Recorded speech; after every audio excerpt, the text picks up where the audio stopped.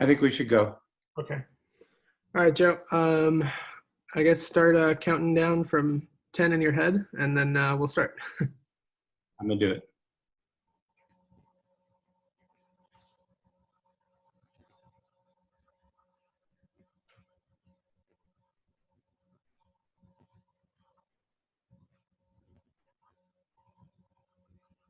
Hello, and welcome to the Social Connect, where we engage with participants on subjects related to our social and mental well-being. I'm J.F. Whitaker, your host and author of The Day Before I Died.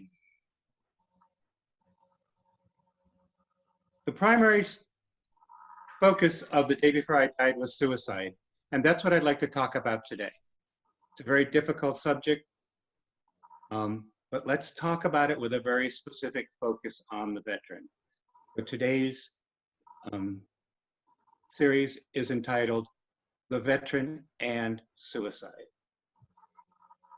As a veteran and the author of The Day Before I Died, I struggled with how to talk about suicide, how to talk about the feelings of suicide, how to share them with you. And so today I thought the way I would do that is to answer the question, why didn't I tell you? So many people say, why couldn't you speak out? Why couldn't you tell us about those dark moments? You know we love you. You know we're there for you. Why couldn't you speak out and talk to us about those moments? And many people are surprised when people commit suicide. They always think, I didn't know there was a problem. I didn't know there was anything going on. And of course not, you could not have known. We would not tell you. At least I would not tell you. I can only speak for myself. And I want to clarify again, I am not a clinician. I am not offering clinical solutions. I'm simply sharing my experience, strength, and hope with you. And so I want to try to answer the question, why didn't I tell you? And in doing that, you'll also see exactly where I was with my feelings, my mental state, my emotional state, as I talk about it. The very first reason I want to talk to you about why I didn't say anything is anytime we hear somebody say, I want to commit suicide, I'm thinking about committing suicide, or I did commit suicide, what are the first words we think of about that act, about that decision? What I hear is that it's weak, it's cowardly. They're taking the easy way out. These are people who can't handle life on life's terms. And we make that judgment and we don't even know where they're at. We don't even know what's going on in their head, in their world, or in their life. And they don't know what dark corners they might be in, but we make that judgment. And if you read The Day Before I Died, you'll know that for most of my life, I struggled with not being weak and not being cowardly. I had to prove that I was not a coward.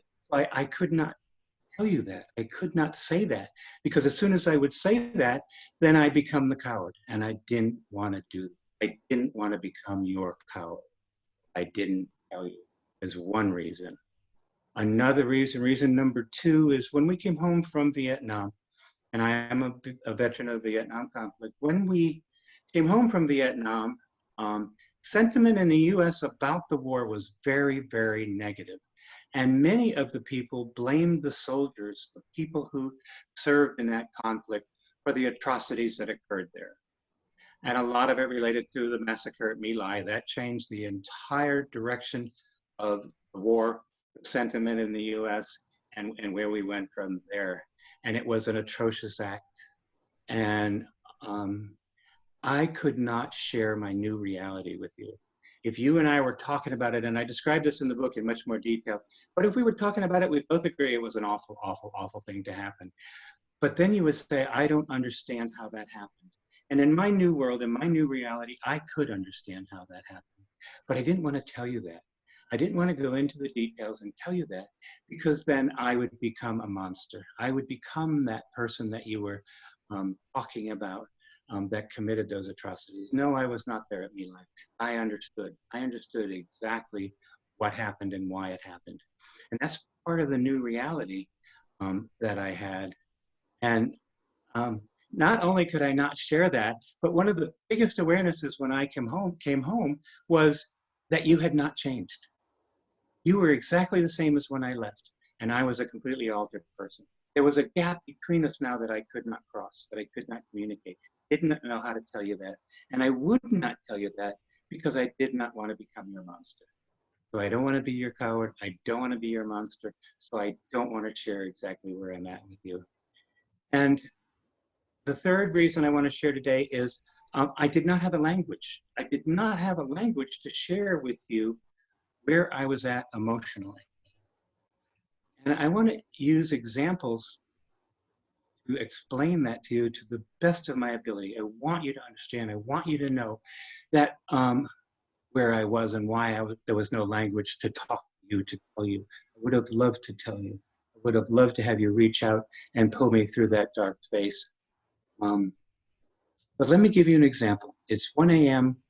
I'm asleep in Da Nang Air Force Base, and suddenly chaos erupts. I go from sleep to chaos in 0.0 seconds. Rockets are going off, sirens are going off, everything is exploding, the building is shaking, men are running to and fro in complete chaos, some shouting, some screaming for help, and I'm sitting in this chaos. I know the answer for me is I have to get up, I have to run down the hall and out the door and into a bunker for safety.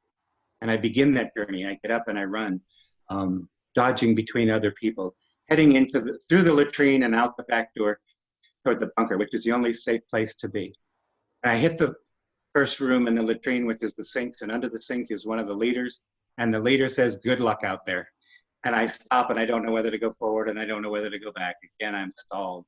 And I make the decision to go forward.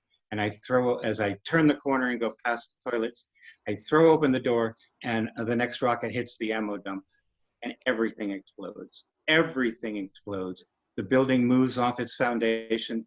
The water in the toilet bowls are sloshing back and forth. People are screaming, and I see nothing but flames, nothing but flame. And I don't know whether to continue. I don't know whether to go forward. This is what I call despair. This is despair. I have no protection. I have no way to avoid this. I have no control, and I'm at the mercy of whatever happens next. I can only hope I make it to the bunker. This is despair. Then I turn and run, and I see the body. And I move beyond despair. What is the word to describe beyond despair? What is the word to tell you that I've moved past that point? I don't know how to tell you that. I don't know how to say that. I can tell you that the rockets and the noise and everything else does cause that kind of concern in me. But what is the word to tell you the feeling, the emotion behind despair? I don't know. I don't know. Another example would be when I came home. And I told you I was altered, completely changed. I was not the person that left 3 years ago. I was not the person you knew. You said hello and acted like I was the same person. I was not the same person. I didn't even recognize me in photographs from prior to that time. And I wanted to be different. And I wanted to be able to communicate with you, but I was totally altered. I could not fit in. I had no way forward and no way back. I always thought I could go back. Why can't you go back and be the person you used to be? Why can't you pick up the pieces of your life and continue? And I could not do it. I want you to know I could not do that. And then I had no way forward. Where do I go? Where do I go? I couldn't wear my uniform. We were called, like I said, baby killers. We were not respected. I couldn't go forward as a proud veteran who had served in this conflict. I had to hide that. I had to hide a lot of things. And I called that hopeless. It was hopeless. And that's how I felt. No way forward, no way back. I felt. And then they started the surgeries, 12 in all. Some say it was due to exposure to Agent Orange. So I was hopeless, emotionally, spiritually, mentally, bankrupt, and now physically. The disfigurement and the scarring caused by those surgeries caused people to turn away in horror, caused people to crack jokes. I moved beyond hopeless. What's the word to describe and use to tell you I've moved beyond hopeless? I don't know what that word is. I don't know how to say that. And if I just use the word hopeless and despair, many people experience that. Many people would just say, okay, we got to pick ourselves up, get over it, move on. But I'm beyond that. I'm beyond that. I can't come back. Can't come back. And that's very, very difficult.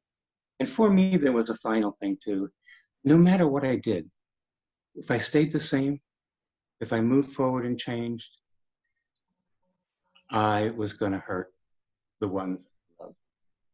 If I chose suicide, I was going to hurt the ones I love. If I chose to go forward, I would hurt the ones I love because I was living a lie. If I chose to go back, I would be pretending again. It would not work for me. I could not work. I'd sleep at night with that kind of clarity in my life, that kind of conflict in my life. So I was stuck, was completely stuck, and I didn't know how to move forward. And as I said, people would always say, move back, go back. You had a good life. You had a loving family. Go back and pick up the pieces. Go back to where you were. And I don't often use absolutes. I try not to use absolutes because there's no such thing as always, ever, never. But for me, when I experienced PTSD, when I experienced trauma, and since Vietnam, I have experienced some, I am changed. I believe all of us are altered, changed people. And so don't ever say go back. We go forward. It's the transition forward that saved me. That's what saved me from committing suicide, is when I sought help and people led me, guided me, showed me that there was a way forward, that I could survive in this new reality. And yes, I hurt the ones I love. Yes, I had to stand up and say, I can't do this anymore. Yes, I had to stand up and say, I'm a gay man. I'm a gay veteran. And I have to move on. I have to live a life that will bring me peace. And I did hurt the ones. And that was very, very difficult. You can't always know or judge or understand what the people who are in those dark moments feel like, think, where they're at. What we have to do is reach out the hand to help them move forward, help them see this as a transition. And I want to share with you that recently, as I'm preparing for this session today, I received a card from a beautiful lady in Ohio. Her initials are MMR. I know her as MMR. And she read the book and sent me this beautiful card. And yes, the words she uses to describe the book are very, very good. They're very glowing. I really appreciate that. Just as important is the card. I want to share that with you. And MMR writes, I bought this card 2 years ago at the United Nations bookstore. I've been saving it for just the right person. Sending you all my love, MMR. And here's the card. And the front of the card says, just when the caterpillar thought the world was over, it became a butterfly. So for those of you in the dark, dark places, for those of you who see no way forward and no way back, know that it's a transition. Know that you're about to become a butterfly. Know that you are not alone. We are there for you. Please reach out. Please talk to us. And I appreciate you listening. And with that, I'd like to introduce a very, very special guest that we have today. And my guest is Bryce Bailey. Bryce is a master's registered art therapist. He's been an art therapist for 14 years. He works at Vibra Rehabilitation Center in Rancho Mirage, California. And through his art therapy, he teaches people a way to communicate and move forward past their trauma. And with that, I'd like to introduce Bryce. Bryce, take it away. Hello there. Thank you so much, Joe. My name is Bryce Bailey, and I'm a registered art therapist in Palm Springs, California. And I'm just so thrilled to be asked to be a part of this web series today. And I was really impacted by Joe's book, The Day Before I Died. I think you really articulated the struggle around the issue around suicide. And what I'd like to touch on in my portion of today is really about when there is no language. And I think that is the essence of what art therapy is. For me, my journey towards art therapy started 23 years ago when I ended up in a hospital because of that despair and not wanting to be here. I haven't been to war and been a veteran, but I fought my own demons, kind of an inner battle of demons of depression and addiction and hopelessness. And so when I ended up in the hospital, I was given a blank journal.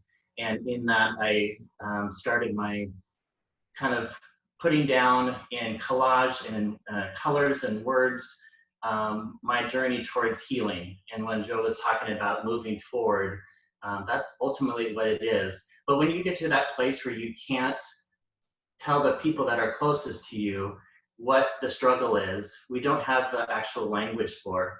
And art therapy is literally a nonverbal visual expression.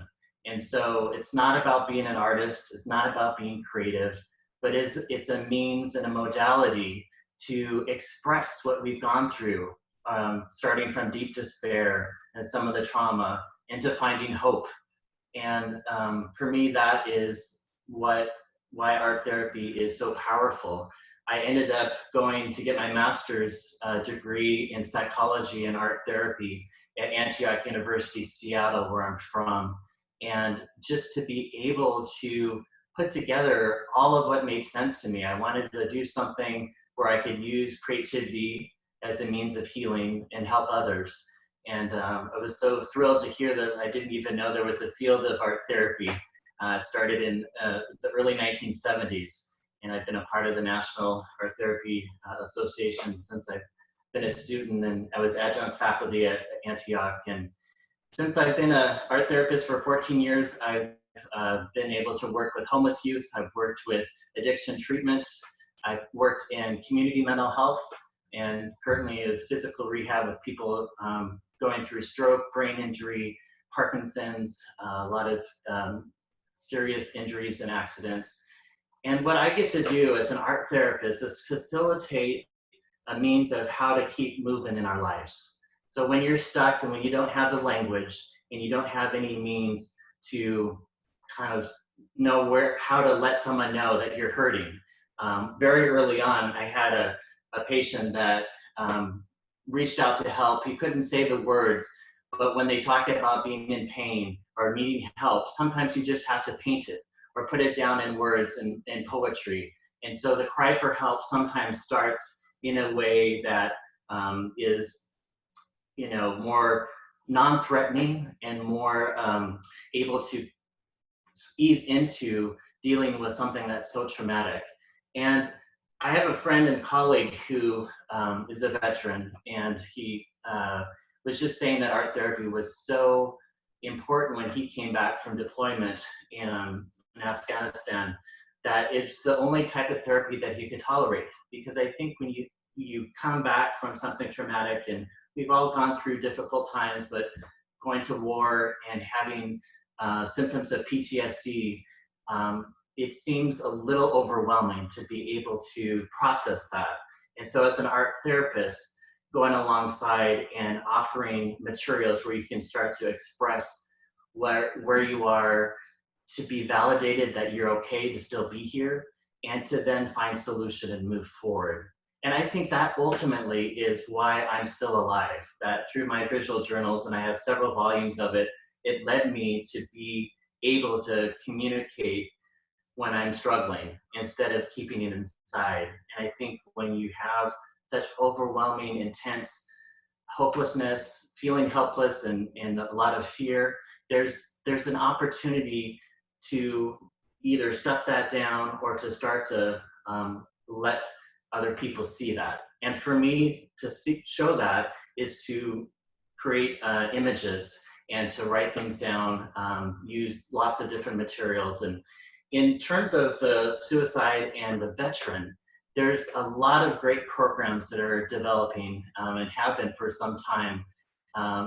It's been a real focus of support in my field, and there's many different programs. And in the art therapy, if you go to arttherapy.org, get a link to a lot of the military programs that are happening, which are, to me, very exciting and very critical. I have one of my former students that started an art therapy group at Fort Lewis up in Washington State, where she actually took masks. So that's one of the things that you can do is have a mask, and it's a blank slate, it's a blank expression, and you start to paint how you're feeling, find your sense of, you know, where am I right now? And in an art therapy group, it actually becomes a safe container where you can actually start to open up and feel okay and safe to give voice to this. I'm not talking about my struggle, I'm talking about this. So it's a visual document of what you've gone through. And so I love that there's those kind of programs. There's a lot of the veteran military, there's actually a couple different things. The militaryveteranproject.org is a really great resource. They have a lot of art therapy that's free for veterans and military families. Also, the operationwearehere.com is another great one. Invisible Wounds is an exhibit of a veteran and an art therapist, Peter Buot, who came back from his service and was able to express his journey through creativity and art therapy. So I love that there's a lot of VA hospitals and military bases and art therapy groups that are forming, because I think it's, like I said, a means to start the process of healing. And specifically for veterans and art therapy, doing things like collage and layers. So it's not about drawing. Art therapy is really not about being an artist. It's really about a willingness to show up and express, especially when it's challenging and when we're feeling stuck. It's getting acknowledged and validated for being here, being on this planet. And even if it hurts, and even if it's painful, to start there and to move forward into finding solution. And so oftentimes just coloring, like you see a lot of coloring books out there, it's a very self-soothing when you're dealing with a lot of trauma. It helps you keep focused in the moment. Creating a visual journal or some place to write your story is a safe container, because you can close the book and keep it safe until you're ready to share it with others. There's all sorts of other tactile kind of things where you can use model magic and air dry clay and create something three-dimensional. Fabrics and things that it helps you keep focused in the moment, the mindfulness of being really here and there, here and now, and just really start to find, what do I need to keep moving forward? So as an art therapist, I've worked with veterans over time, not specifically on a military base or VA hospital, but when people are allowed to start sharing their stories and find a solution and be able to witness that and reflect back, I think it's part of why the work that I've done the last 14 years has been so rewarding and beneficial, because I'm continuing to do my own work as well. And I think the bottom line is, when you don't have the language and feel alone and desperate and dark, just being able to find one person to start that process. So individual art therapy or other creative modalities around music, using music and movement and drama and writing and poetry. There's a lot of different ways that we can start the process of identifying where we're at, where we're feeling stuck, and how we can move to a place of healing. And so ultimately for me, I feel that art therapy can be beneficial for all different ages and populations, but specifically for those that have gone through some of the trauma that happens in war and some of what you witness, that it's hard to talk about. What happens in your brain, the left side of the brain shuts down, and so the right side of the brain that expresses through imagery and through artistic expression is the first to kind of come back after trauma.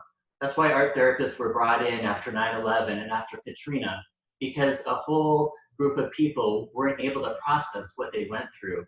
And so the same with coming back from being a veteran. And any of you that are with us today that is a veteran, I just say thank you for your service.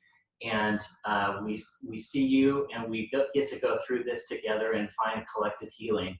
Especially in this time in our world, I think it's really important that we find our own outlets of being grounded each day, feeling finding our sense of worth and finding community. And I think the military is a great way of building, camaraderie and building a sense of, I got your back. But when you come back and you aren't connected to that, I think that's why the ongoing support of art therapy groups can be so beneficial. So in terms of why art therapy, I think, can be so helpful is it's the starting point to find who we are today, to know that we're worth being on this planet, and that we get to do this together. So I'm just so thrilled to be always able to talk about art therapy, and if there's any specific questions around that, and I'm really grateful to be included in this conversation. So thank you, J.F. Whitaker, for your book and for the profound impact and how you articulated the struggle. And I'm going to continue doing this work and helping people get to a place of healing and a sense of being okay in their own skin post whatever you've gone through. So grateful to be here, and thanks so much for letting me share. Thank you, Bryce. Thank you, Bryce. And before I comment on what Bryce just said, I want you all to know that we want you to participate. We want you to ask questions. Some of you know how that works. What you do is go to the chat button on the bottom, type in your question or your comment, and Oliver, the production manager for this program, will review those and ask those for either Bryce or myself. So while I make a comment here, if you have any questions, please write them now, or just comment, please write them now. I went to one of Bryce's workshops, and I said, this won't work for me. I'm not creative. I'm not an artist. I can't do anything like this. This isn't going to help. And I want you to know, many years after I came home from Vietnam, I went to this workshop, and I had some great insights. It was very, very helpful. So for those of you who are doubting Thomases like me, I want you to know it works. It works. So thank you again, Bryce. Oliver, we got anything? Yeah, we have a few. So I guess we'll just start from the beginning. So this one's from David Whitaker, and it's Joe. So we are here to help others. What would you advise to help those other people that might be struggling? What advice do you have, given the fact that those in trouble are often secretive or may not be ready to share? Okay, that's been directed at me, and I will answer what I think, but I'd also like Bryce to chime in and give us his thoughts on this. One of the most difficult things is to approach somebody you love, somebody you know that's in a dark place, whether it's family member or friend or whatever it might be, with a blank slate. We approach them with our knowledge of them, our history of them, but that's all altered, that's all changed. Approach them with a blank slate and say, how can I help? Okay? Don't assume we know what the answer is or what the problem is, but try to find out who this person is now. What has changed them? What are they struggling with? So try to erase that slate, erase that history in your mind and say, oh, I know Joe. I know what he's like. He just needs this. No, you don't know. Joe went through a profound experience, and he's an altered, different person. So let's find out who they are. Let's help them find the way forward and transition to the new reality. They are changed, and you don't know what that new reality, that new place is, but together we can find it. Bryce, what are your thoughts? I just think that there are many different ways, getting back to when there is no language, because those that are closest to you, and you alluded to that in my journey as well, I wanted so much to let you know that I was hurting and I was in pain, but I couldn't tell you that because it was scary. And so finding a means of writing it down and using that, my family actually gathered around when I shared my visual journal as this is what I'm going through. I don't have the language to talk about it. So I need to put it down in collage and in poetry and writing. And I'm going to read that because that's the struggle. And so I think finding the way of going alongside someone and just letting them find a way to communicate. So if they don't have the language, encourage them to get support in therapy, or find a means of journaling or music. Sometimes a lot of people really resonate with writing music and lyrics of songs that are touching. So just exploring alternative methods of that communication, because when your brain is shut down and you don't have a means to let people that are closest to you know. So I think just being open to, you know, like I said, there's a lot of different ways that you can communicate. And just by having some basic materials in front of you, a collage can speak volumes. And I've worked with a lot of people that have struggled, and they start the process of healing by putting down. And if it's something that's really traumatic and scary to look at, you can throw it away. You can burn it. Art is something that can be destroyed, which I think is part of the cathartic release as well. So that's my take. Thanks. Okay. Yeah, I would say even, you know, this is another question, but I think it's a great follow-up. And it's for Bryce. Would you say, you know, can art therapy be used to express, you know, anger as well, or, you know, to help you process that? Absolutely. I think we have to let go of strong emotions. And, you know, sometimes it's difficult to do that or feel like we have permission to release that. And like Joe alluded to, when you're spiritually and mentally and physically, you know, exhausted and broken, it impacts when you don't release that anger. So putting that down into, sometimes I use red paint, or, you know, having patients or clients be able to just release whatever it is. It's tearing up things. It's kind of like punching the pillow, but it's through materials that are in your art workshop. So I facilitate a lot of that, because when you're stuck in anger or something that's not ultimately serving your growth in your movement forward, you need to release that. And in the safe confines of a therapeutic relationship or an art therapy group, I think it's so vital to do that. Some of the anger that came out working with homeless youth was so critical. And then all of a sudden they let go of that and they moved forward and got back into, you know, on their feet. So resiliency comes from letting go of the anger. So I think it's so important. Okay. And then another question about art therapy. This one is from Jeff Casey. Hope I'm saying that last name correctly. So is music a component of art therapy? What was that again? Is music a component of art therapy? Absolutely. There's actually music therapy, dance and movement therapy, drama therapy. They're all their own fields. And you do have to get a master's degree to practice that and become registered and licensed in the fields. But music is something that I often use in my art therapy groups, because I find something that's either very soothing, like when I worked with homeless youth, it was like playing Enya and very calming music when they wanted to listen to some like heavy metal. And it calms, it creates a calm space. But also listening to lyrics. Some people have written music that really touches, you know, the core of the struggle that we go through. And when you hear it and beautifully presented, I think it's really critical to incorporate music into the therapeutic process. So I often will have patients or clients create playlists of like music that inspires them or that moves them forward, so that they, you know, you can have something that kind of gets you like all kind of like release, but you also have to move forward too and find something that is empowering and helps you get your sense of worth back. I see. We have a request actually. Can you hold up the mask again, just so we can get a better view of that?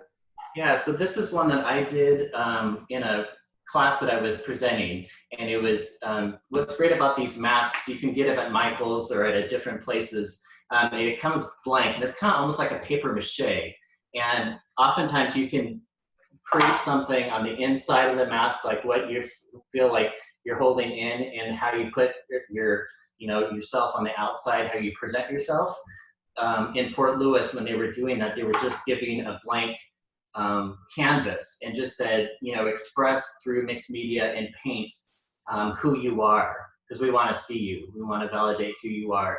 And so sometimes there's like barbed wire, and there's some really strong paints, and then you could do it down the road and see if things change as well. So mask is just the layers, and it's a great metaphor, I think. And so using something like masks that's tangible that you can look at, and then that's how you present yourself in an art therapy group. Oftentimes, is you say, this is what I see in this, but it's actually a reflection of me and where I'm at too. So it's one step away, like I said, non-threatening. So you're able to express what you need to, but it's not, it's personal, but it's not directly like difficult to say that out loud when you're looking at the artwork. So yeah.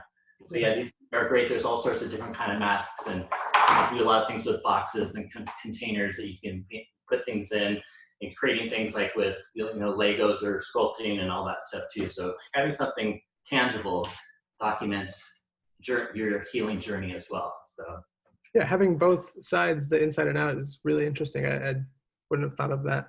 Yeah. So I have another question. So it's open to both of you. So how do we help someone going through a dark time that might be having thoughts of ending things? How do we encourage them to talk to a professional, given that they might be scared to talk to a therapist, that they might be reported and sent to a mental hospital, or given a 72-hour hold? That might encourage them to not speak up. So how do we help someone going through that? You want to brave that one, Bryce? Or do you want me to? I'll just say, just finding someone that they feel safe with, that they can talk to, and not to know what's best for them. So I think just even if it comes from a place, it's the same kind of with when people are struggling with addiction, and I can't change your experience of what you've gone through, but I want to go alongside you and allow you to feel the pain and what you're gone through, and you need to find the right person to connect with. So sometimes it's someone that's been through it before. The other thing I didn't mention is they're creating a suicide prevention app. There's a startup med tech company up in Seattle called Jasper Health, and I'm doing some consulting work with them. And so it's an actual app on your phone. When you're feeling suicidal, it gives you some direct tools and people's stories, and it's like really specifically giving you some support in that moment. So having technology now on your template or your iPhone that you can access. So it's not always a therapist, like it was mentioned. It needs to be someone that a place where you feel safe to start that process. And you might end up in therapy, but having someone that has gone through it before, and that's why I share my story. Like, I'm a survivor. Some reason I didn't, I wasn't successful in not being here anymore, and I have a message to share. So it's because of going through that, and most art therapists have gone through their own, struggle and their own wars as well. So. Okay. Joe, what are your thoughts? First of all, I want you to approach the person in a non-confrontive way. You have to be non-confrontive, because that makes them feel unsafe. And what I believe will work is to say you need to communicate, and if not with me, someone else.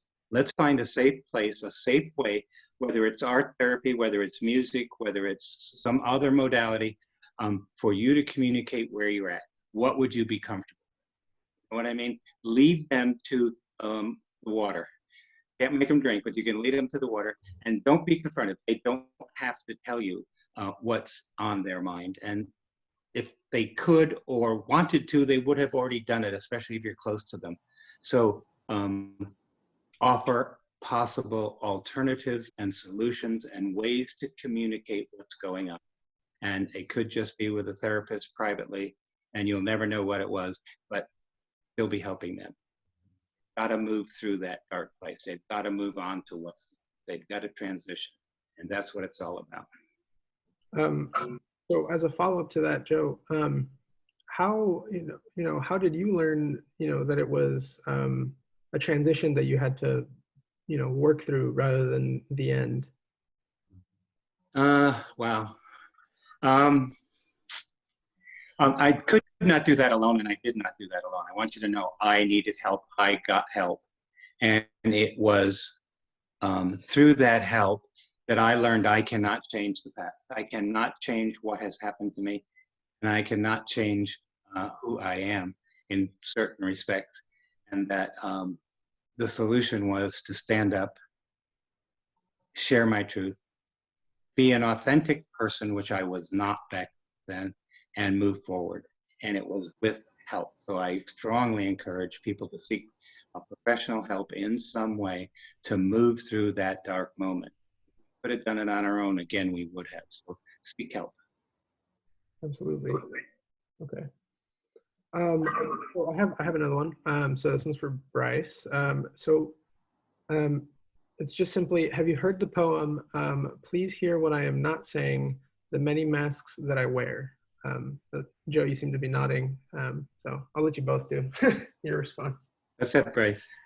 Yeah, I've heard that, and I love how poetry, I often will bring in like Mary Oliver's journey and a lot of things around masks. I think using poetry as a means of a starting point or inspiration to write your own story, to write your own narrative, and to also create something. I love words. Poetry is Life Doesn't Frighten Me by Maya Angelou. There's just so many different poems. So I love that. I definitely heard that before. And I was just nodding because it resonates with me. Mm-hmm. Hear what I'm not saying. I wish you could have heard what I was not saying. I wish you could have heard the pain that I never shared. I wish you could have heard the conflict and the loss that I felt. And if you could have heard it, I know you would have been there for me. And so I just was nodding because it resonated. It's a powerful, beautiful poem. Yeah. And I think it also, the patience and the unconditional support that, both of us had felt over time, that it takes some time to reconcile why I couldn't tell you that I was hurting, or I didn't have the means to share my experience and my struggle. And like for me, my parents who are on the Zoom call today just, never gave up on me. And so to know that you are, given the means to, I couldn't say the words, but over time, and that becomes, I can be a teacher of how we overcome. And so allowing yourself to become authentic. We don't know how to do that when we're stuck in trauma and we're feeling so hopeless that suicide is, an option. And that's why I think this book is so vital, because I think it's about 20 servicemen commit suicide every day. And the statistics are alarming. And when you feel hopeless, you need to be acknowledged that it's okay to start there and put the pieces back together and create not just a mask cover up, but your identity, find that again. So. Oliver, we promised our participants we wouldn't go too much longer than 30 to 45 minutes, and I think we're approaching the 45-minute mark. So how are we doing on questions? Where are we at? Let's watch our time. Okay, yeah, I think we're doing good. I think there's just a few more. One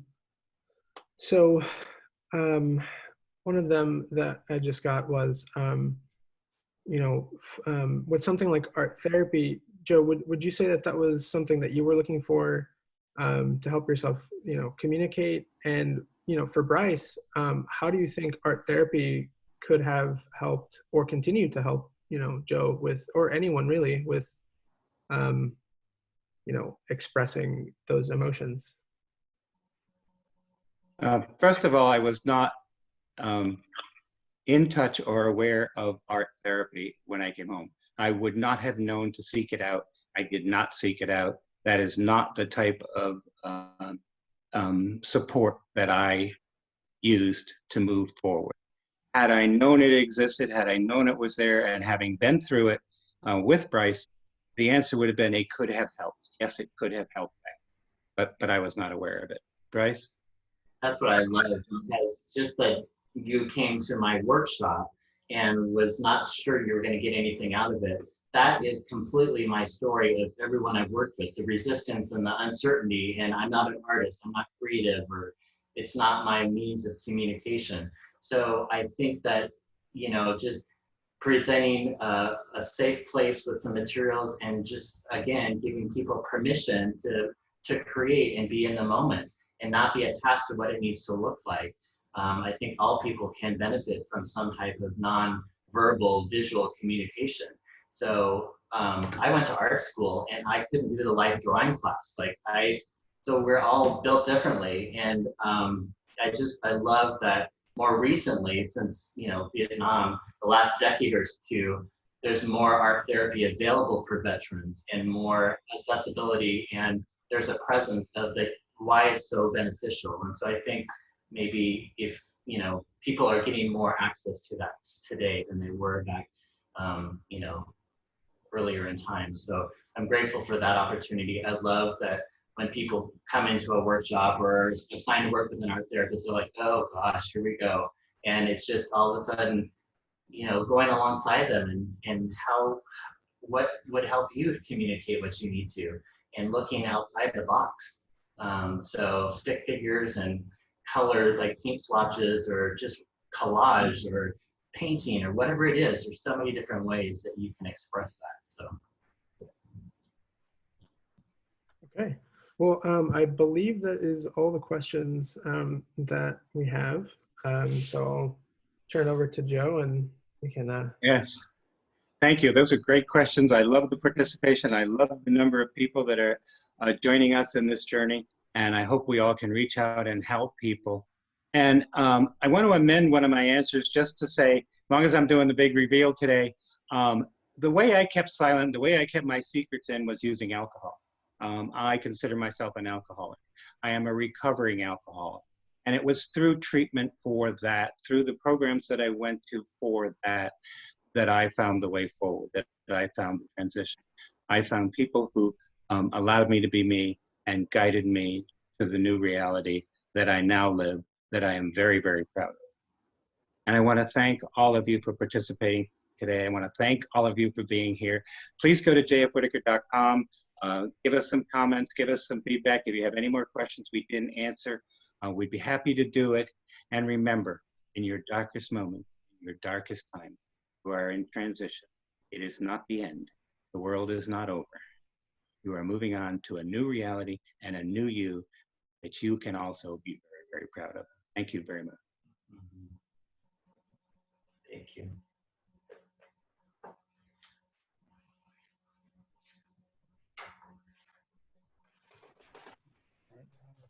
Thank you, Joe. You're welcome. I'm still on. Thank you, Joseph. You're welcome, Susan. Great job. Thank you, Joe. Who is that? Jeffrey. Oh, thanks, Jeff. Thank you. What was the name of the Seattle, Washington app? Or not app, not web, but app. Yeah, it's a company called Jasper Health, and they're not, they haven't released it yet, and they're going to be working with the military as well. So it's in the designing stages right now. So it's Jasper, JASPR Health. So if you look at Jasper Health at their website, they're doing some updates on it. So hopefully fairly soon. I've been doing some videos and some consulting with them. So and they're going to give for military veterans as well. I was thinking of doing chat. Oh, that's disabled. Oh, we'll say something then. Thank you, Joe. You're welcome. Good being here. Hey, Paulie. Hey, Thank you, Joe. Thank you, Joe, and thank you, Bryce. This is Bryce's parents, mom and dad back in Washington. Great job, the both of you. Worked well together. I'm awfully proud of Bryce and how he can tell his story. And Good to know, guys. Good to see you. loved every bit of it. And I loved your book, Joe. Thank you. Thank you. You for you, Joe. Hey, Janie, I love seeing you. I see Hey. your daughter. I see your daughter. I see Charlotte. I love all of you being there. Thank you so much. I still need the support, and I'm so proud to have a family like you. Thank you. Thank you. We love you. Love you, Uncle Joe. And Billy, we're so Billy? proud. We're so proud of you, Joe. Billy, did you hear the story about the card? I did. Yeah. Lovely card. You know where it came from. I do. I do. I thought it was wonderful. I couldn't have been happier. I cried for about an hour after I read it. Oh my. At least that long. Every time I think about it, I do. She's wonderful. I see that. This says recording. Is there a way that one can access the recording? I think I forgot to tell everybody. Yes, they are recorded, and we record them so they can be posted on other social media sites. This will be on YouTube. So yes, you can access it, and if you can't through YouTube, we can through my management company, my marketing management company. We can get you a copy. Okay. Just to jump in, so Thank you. we post every single episode of the Social Connect onto J.F. Whitaker's YouTube channel. So if you just go to YouTube and type into the search bar J.F. Whitaker, you'll find his channel where we have, like I said, all the Social Connect episodes, as well as a few promotion videos like the book launch and stuff like that. And it would be a great help if you subscribed. Sure. When will this one be posted? I would say probably by Monday, I believe. Yeah, there's usually a few days of production time. This was a great 45 minutes. Let me tell you. I was thinking, Joe, you don't have to hurry, Joe. We'll stay. Thanks, Bill. Not everybody's as patient as you. That's okay. I gotta go, but I love you, Uncle Joe. I'm so glad I was able to make it. Thank you. I'm so glad to see you.